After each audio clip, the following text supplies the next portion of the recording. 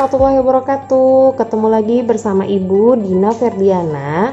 Hari ini kita akan membahas tentang tata surya, yaitu bab 6 ya. Sistem tata surya ini sebelum Ibu menjelaskan, kita harus tahu dulu kompetensi dasarnya. Oh iya, jangan lupa ya, kita harus selalu menjalankan protokol kesehatan, yaitu 3M. Memakai masker, mencuci tangan, dan juga menjaga jarak. Nah, sebelum kita ke materi, kita harus tahu dulu kompetensi dasarnya itu apa. Ada 3.11 dan ada juga 4.11. 3.11 merupakan pengetahuan, yaitu menganalisis sistem tata surya, rotasi dan revolusi bumi, rotasi dan revolusi bulan, serta dampaknya bagi kehidupan di bumi. 4.11 yaitu keterampilan, menyajikan karya tentang dampak rotasi dan revolusi bumi dan bulan bagi kehidupan di bumi, berdasarkan hasil pengamatan atau penelusuran berbagai sumber informasi. Nah, pada sistem tata surya ini dibagi menjadi 6. Ada tentang matahari, planet dalam, planet luar, komet, meteoroid, dan asteroid. Kita akan menjelaskan satu persatu ya. Dari pengertian tata surya dulu. Apa itu tata surya? Tata surya adalah susunan benda-benda langit yang terdiri atas matahari sebagai pusat tata surya, planet-planet, komet, meteoroid, dan asteroid yang mengelilingi matahari. Bidang edar adalah bidang edar planet-planet dalam mengelilingi matahari.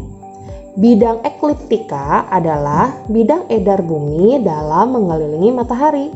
Dan tata surya itu terdiri atas matahari, planet dalam, planet luar, komet, meteoroid, dan asteroid. Yang pertama yaitu matahari. Matahari adalah bintang yang berupa bola gas panas dan bercahaya yang menjadi pusat sistem tata surya. Matahari memiliki 4 lapisan. Yang pertama adalah inti matahari. Inti matahari memiliki suhu sekitar 1,5 kali 10 pangkat 7 derajat Celcius yang cukup untuk mempertahankan fusi termonuklir yang berfungsi sebagai sumber energi matahari. Energi dari inti akan diradiasikan ke lapisan luar matahari dan kemudian sampai ke ruang angkasa. Nah, yang kedua adalah fotosfer. Fotosfer memiliki suhu sekitar 6000 Kelvin dengan ketebalan sekitar 300 km. Melalui fotosfer, sebagian besar radiasi matahari keluar dan terdeteksi sebagai sinar matahari yang kita amati di bumi. Di dalam fotosfer terdapat bintik matahari, yaitu daerah dengan medan magnet yang kuat dan dingin serta lebih gelap dari wilayah sekitarnya. Yang ketiga yaitu kromosfer. Kromosfer memiliki suhu sekitar 4500 Kelvin dan ketebalannya yaitu 2000 km. Kromosfer terlihat seperti gelang merah yang mengelilingi bulan pada waktu terjadi gerhana matahari total. Dan yang keempat, yang terakhir yaitu korona.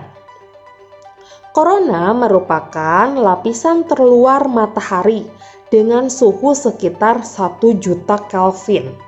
Sangat panas ya. Dan ketebalannya sekitar 700.000 km. Memiliki warna keabu-abuan yang dihasilkan dari ionisasi atom karena suhu yang sangat tinggi. Korona terlihat seperti mahkota dengan warna keabu-abuan yang mengelilingi bulan pada waktu terjadi gerhana matahari total. Ini adalah tentang matahari. Yang kedua adalah planet dalam. Ini ada gambarnya ya. Ini planet dalam itu yang dekat dengan matahari. Nih, di sini ya, yaitu Merkurius, Venus, Bumi, dan Mars. Kita jelaskan dulu planet dalam itu apa. Planet itu sendiri adalah benda langit yang tidak dapat memancarkan cahaya sendiri, akan tetapi hanya memantulkan cahaya dari bintang yang diterimanya. Planet dalam disebut juga dengan planet terestrial.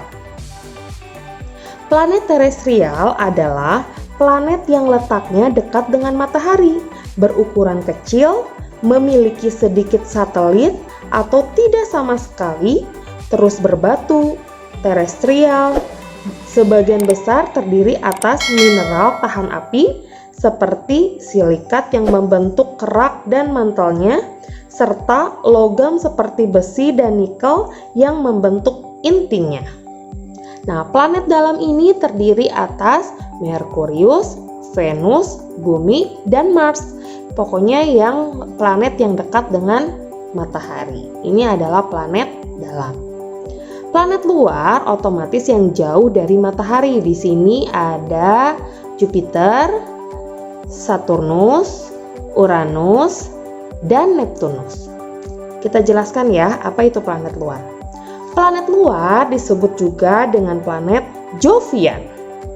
Planet Jovian adalah planet yang letaknya jauh dengan matahari, berukuran besar, memiliki banyak satelit, dan sebagian besar tersusun dari bahan ringan seperti hidrogen, helium, metana, dan amonia. Planet-planet dalam dan luar dipisahkan oleh sabuk asteroid. Planet luar terdiri atas Jupiter, Saturnus, Uranus, dan Neptunus. Selanjutnya yaitu tentang komet. Komet ini berasal dari bahasa Yunani, yaitu kometes, artinya berambut panjang. Komet adalah benda langit yang mengelilingi matahari dengan orbit yang sangat lonjong. Komet ini terdiri atas debu, partikel batu yang bercampur dengan es, metana, dan amonia.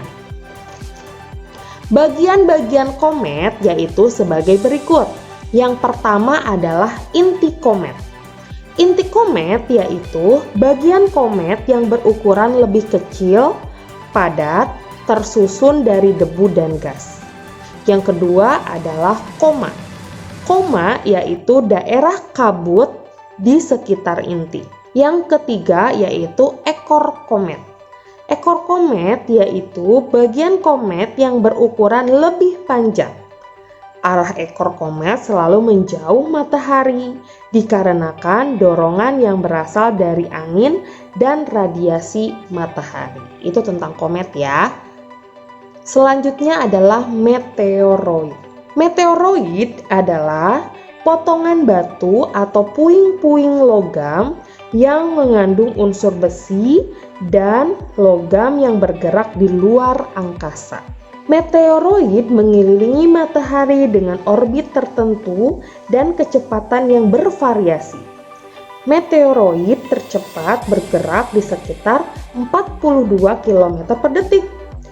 Ketika meteoroid tertarik oleh gravitasi bumi, maka sebelum sampai di bumi, meteoroid akan bergesekan dengan atmosfer bumi.